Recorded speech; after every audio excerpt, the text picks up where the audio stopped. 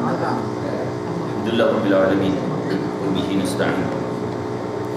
Nusalli wa sallim ala Sayyidina al-Amin Sayyidina Maulana Muhammad wa ala alihi wa sahbihi ajma'in. Amma ba'd. Fa ya ibadallah, ittaqullaha usikum wa iyaya bittaqwallah faqad faza al-muttaqun. Qala Allah Ta'ala fi kitabil aziz ba'da a'udzu billahi minasyaitonir rajim. Wa dzakir fa inna dzikra tanfa'ul mu'minin. Sallallahu alaihi wasallam. Bagi Tuan Imam Bilal fungsi yang jaga kuasa surau muslimin dan muslimat di Islam, mudah-mudahan kita semua dirahmati oleh Allah Subhanahu wa taala. Alhamdulillah, jarang orang buat ceramah bahasa ni, tapi kita buat. Alhamdulillah, cikgu pula boleh bawa anak-anak murid dia.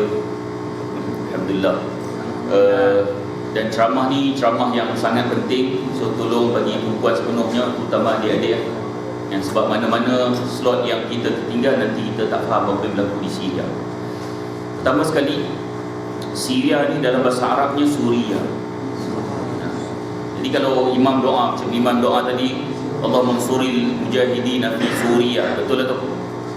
Dan Syria ni diperintah oleh Bashar al-Assad. Bashar al-Assad. Dan Bashar Assad dalam tempoh 3 tahun lebih telah membunuh lebih daripada 300,000 orang. Dalam tempoh 4 tahun lebih dia telah membunuh lebih daripada 300,000 orang.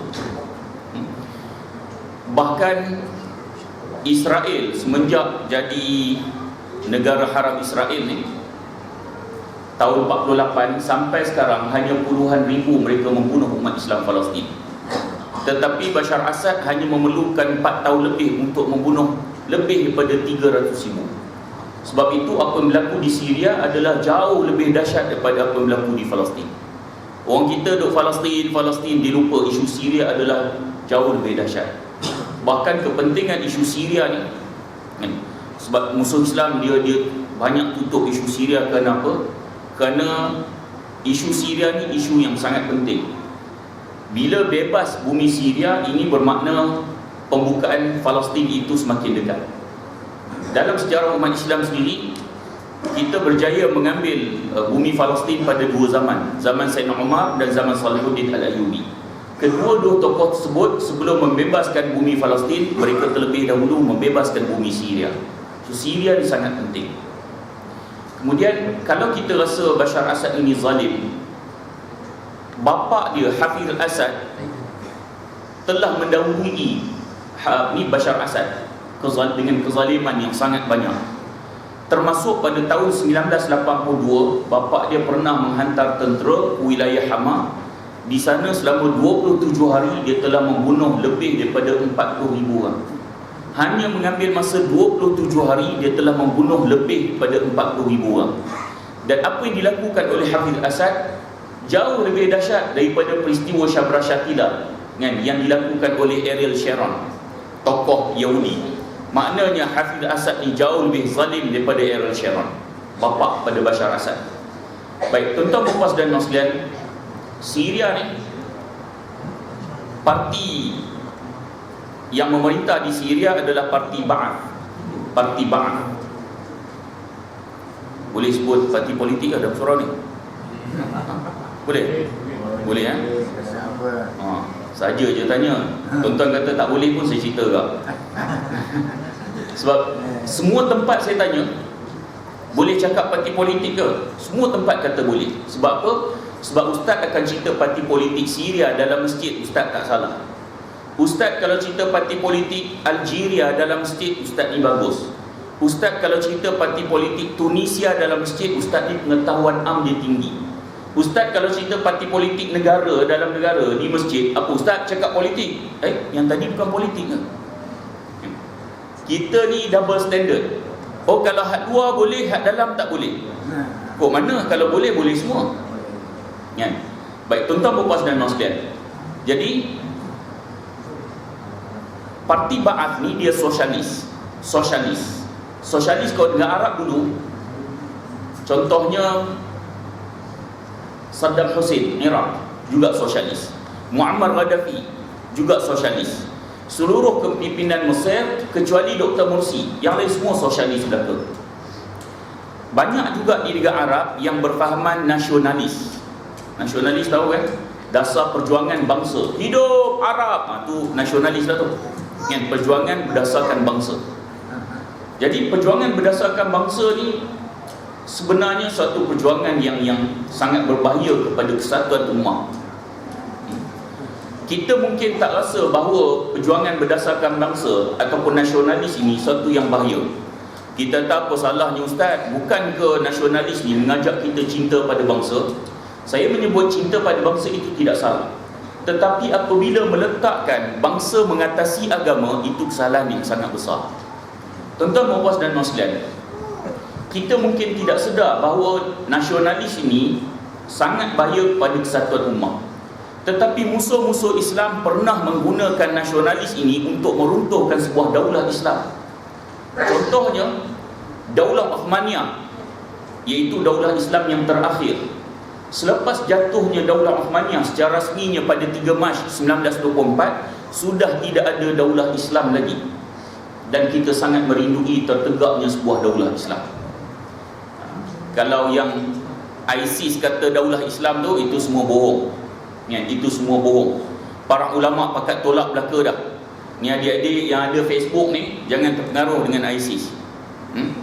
Jangan terpengaruh dengan ISIS. Mereka satu kumpulan yang sangat bahaya. Bahkan mereka menyerang kedudukan mujahidin di Syria.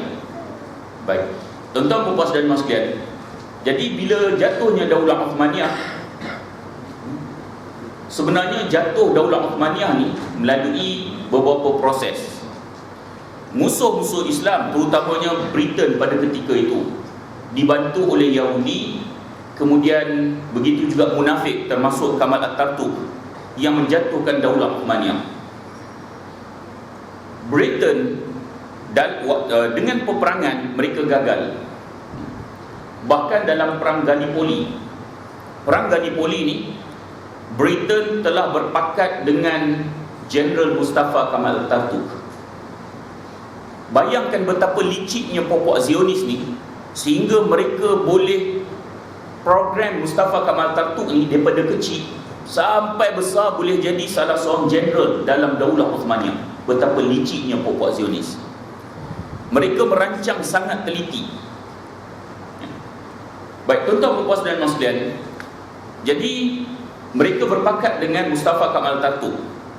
Berlaku perang Gallipoli, kemudian ada kematian, kemudian British mengundurkan tentera. Apa tujuan British undurkan tentera? Tujuan British undurkan tentera untuk memberi kredit kepada Mustafa Kamal Atatürk, supaya Mustafa Kamal Atatürk dilihat sebagai hero di dalam Daulah Uthmaniyah. Maka taktik taktik British ini berjaya. Ketika itu umat Islam melihat Mustafa Kamal Atatürk ini sebagai hero kerana berjaya mengalahkan sebuah kuasa besar. Tuan-tuan, pakatan yang sedemikian rupa bukan hanya berlaku waktu dulu, sekarang pun berlaku juga. Kononnya mereka bermusuh, tetapi dari satu sudut lain kita lihat, tuan-tuan, mereka sebenarnya bekerjasama. Sebab tu ada orang dia penyokong ISIS, dia kata tak mungkinlah ada pertempuran juga dengan ISIS. Kemudian ada kematian. Tuan-tuan, kalau ada kematian puluhan orang tu tak ada apa dah. Sebab pada peristiwa 11 September, Amerika sendiri sanggup mengorbankan ribuan rakyatnya untuk mendapat tiket membunuh jutaan umat Islam. Mereka tak kisah ribuan rakyat mereka dibunuh. Setakat pakatan ada mati puluhan orang tu tak ada masalah. Tak ada masalah. Sebab perang Gallipoli lagi, Britain telah berpakat dengan Mustafa Kamal Atatürk, berlaku perang dan ada kematian, Britain undur hanya untuk nak bagi kredit kepada Mustafa Kamal Atatürk supaya dilihat sebagai hero di dalam dunia umat Islam. Kemudian setelah perang gagal, mereka hantar pula melalui diplomasi, hantar beberapa orang Yahudi bincang dengan khalifah pada ketika itu, nama dia Sultan Abdul Hamid yang kedua. Jadi bincang dengan khalifah Yahudi ni, kata jika sekiranya khalifah sedia menyerahkan tanah umat Islam Palestin, maka mereka akan bayar seluruh hutang Daulah Uthmaniyah. Sultan Abdul Hamid yang kedua ni, akhirnya dia kata dengan tegas, dia kata kami tidak akan menyerahkan tanah Palestin kerana umat Islam mendapatkan tanah Palestin dengan darah dan nyawa mereka. Hero tak Daulah Uthmaniyah? Sultan Abdul Hamid yang kedua ni hero ke tak? Hero kan? Sebab dia mempertahankan tanah umat Islam Palestin. Tapi Sultan Abdul Hamid yang kedua dalam buku sejarah kita ada? Tak jumpa kan? Tak jumpa. Jumpa nama siapa? Mustafa Kamal Atatürk sebagai hero. Mustafa Kamal Atatürk diberi gelaran sebagai apa? Bapa apa? Bapa pemodenan Turki. Woi, mulianya. Para ulama memanggil Mustafa Kamal Atatürk dengan Mustafa Kamal Atatürk la'natullahi alaih. Allah melaknat ke atasnya. Kerana pengkhianatan Mustafa Kamal Atatürk terhadap umat Islam, dan Islam itu sangat besar sehingga ulama panggil dilaknat oleh Allah ke atasnya. Buku sejarah kita iktiraf sebagai bapa pemodenan Turki. Sejarah apa macam ni? Sejarah apa macam ni? Sebab tu dalam buku sejarah, bapa pemodenan ke bapa apa ke, jangan percaya kan. Takat nak jawab tu tulislah, tapi nak percaya nanti dulu. Kerana kita ada option bacaan yang lain. Sama juga saya pernah share di Facebook, di Temasek, Singapura, 1898 bendera Daulah Uthmaniyah telah dipacak di sana. Ini bermakna rantau kita ada hubungan dengan Daulah Uthmaniyah, tetapi sejarah ini tidak dijelaskan ataupun dibukukan untuk kefahaman kita. Mereka nak mematikan kefahaman kita terhadap kesatuan ummah, bahawa kita pernah duduk di bawah Daulah Uthmaniyah. Baik, tuan-tuan, setelah diplomasi gagal, mereka hantar ejen-ejen propaganda mereka masuk ke rantau Arab. Kenapa mereka hantar ke rantau Arab? Sebab Daulah Uthmaniyah ni memang luas. Yang paling dekat dengan pusat pemerintahan Daulah Uthmaniyah, iaitu di Turki, adalah rantau Arab. Jika mereka menyerang pusat pemerintahan Daulah Uthmaniyah, yang paling awal sampai membantu adalah rantau Arab. Jadi tuan-tuan, mereka perlu buat sesuatu supaya orang Arab tidak menyokong kepimpinan Daulah Uthmaniyah. Kalau begitu, nak buat macam mana bagi orang-orang Arab ni tak sokong Daulah Uthmaniyah? Mereka perlu suntik semangat nasionalisme, semangat cinta bangsa. Pergi ke negara Arab, dia kata kamu ni bangsa Arab. Bangsa kamu ni bangsa yang paling mulia sekali. Kamu tahu tak bangsa kamu ni sama bangsa dengan Nabi. Takkanlah bangsa yang mulia ini perlu tunduk di bawah bangsa Turki. Kamu perlu bebaskan diri daripada bangsa Turki. Lalu lahirlah semangat hidup Arab. Main hidup-hidup Arab ni lingkup. Maka tuan-tuan, puan-puan dan mak sekalian, sebab itu Daulah Uthmaniyah pernah jatuh dengan sentimen semangat nasionalisme bangsa Arab ni. Tuan-tuan, puan-puan dan mak sekalian, kalau kita kata, mungkinlah kita kata itu nasionalis dulu, nasionalis sekarang ni dia lain. Dia lain. Sama je tuan-tuan. Tuan-tuan tengok apabila tentera Iraq menyerang bumi umat Islam, tentera Amerika dan sekutunya menyerang bumi umat Islam Iraq. Siapa yang bangkit mempertahankan bumi Iraq? Gerakan Islam. Sama ada dalam Iraq ataupun datang daripada luar Iraq. Puak-puak nasionalis mana? Yang slogan mereka bangsa hidup Arab, mana puak ni? Puak ni akhirnya bersama dengan tentera penjajah Amerika. Apabila tentera Amerika dan NATO masuk membunuh umat Islam di bumi Afghanistan, siapa bangkit di Afghanistan? Juga gerakan Islam. Mana dia puak-puak nasionalis yang slogan mereka bangsa hidup bangsa Afghan? Mana tuan-tuan? Hamid Karzai dan konco-konconya, mereka bersama dengan tentera penjajah Amerika dan NATO. Apabila tentera Rusia masuk membunuh umat Islam di bumi Chechnya, siapa bangkit di bumi Chechnya? Juga gerakan Islam. Mana dia puak-puak nasionalis yang selama ini slogan mereka hidup bangsa Chechen? Mana tuan-tuan? Mereka bersama dengan tentera Rusia. Tu Ramzan Kadyrov tu, Presiden Chechnya tu, tuan-tuan, itu tali baut Rusia. Kan? Mujahidin ada mana? No, dalam hutan. Kita yang tertipu dengan Ramzan Kadyrov, Presiden Chechnya ni tuan-tuan. Tuan-tuan, puan-puan dan mak sekalian, kemudian apabila tentera India masuk membunuh umat Islam di bumi Kashmir, siapa bangkit di bumi Kashmir? Juga gerakan Islam. Mana dia puak-puak nasionalis yang slogan mereka bangsa hidup bangsa Kashmir? Mana puak ni? Puak ni tuan-tuan akhirnya bersama dengan tentera penjajah India. Realitinya, mana-mana negara umat Islam yang dijajah, yang bangkit ialah gerakan Islam, manakala puak-puak nasionalis ni akhirnya akan bersama dengan penjajah. Baik, tuan-tuan puan dan mak sekalian, muka nampak stres ya, okey ke? Okey okey. Kita slow down sikit lah, takut nanti ada kena darah tinggi lah. Cerita kenangan saya menziarahi bumi Syria. Kenangan saya ziarah bumi Syria. Saya belajar di Jordan dulu. Masa sampai di bumi Jordan ni, waktu tu orang Arab kat Malaysia tak ramai lagi. Kemudian Astro pun tak ada lagi masa tu. Yang tak ada Astro satu-satu tu tak ada lah. So tak, jarang lah tengok muka Arab macam mana. Bila sampai di Jordan ya, nampak orang Arab Jordan lawa-lawa. Normal lah tu. Jadi saya sebut, lawa orang Arab Jordan ni. Bekas pelajar Syria dia tak lawa lagi. Orang Arab Syria lagi lawa. Saya lepas tahun setengah, saya pergi ke Syria. Saya pergi Syria bukan sebab nak tengok perempuan lawa. Muslimat jangan gosip saya siap buat slide lagi. Kenapa saya memilih bumi Syria? Bumi Syria ni, dia sempadan dengan Jordan. Jordan ni berbukit bukau, kontang. Masuk je bumi Syria, dia bumi yang subur. Dan bumi Syria termasuk entiti yang disebut bumi Syam. Syam ni 4 buah negara: Jordan, Syria, Lebanon, Palestin. 4 buah negara ni adalah bumi Syam. Kemudian seterusnya, apa istimewa bumi Syria ni? Bumi para nabi. Antara nabi yang pernah pergi ke bumi Syria, Nabi Ayub, Nabi Zakaria, Nabi Dzulkifl, Nabi Yahya, dan begitu juga Nabi Muhammad sallallahu alaihi wasallam. Kemudian antara istimewanya lagi bumi Syria, bumi para ulama.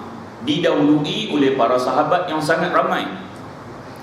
Antara sahabat yang pernah pergi ke bumi Syria ni seperti Bilal, Abu Darda, Khalid Al-Walid, Abu Hurairah, ramai lagi tuan-tuan. Dan kemudian tokoh Islam pun ramai, termasuk Salahuddin Al-Ayyubi. Kemudian ulama sangat ramai tuan-tuan. Kalau di Jordan dah ramai dah, di Syria lebih ramai lagi.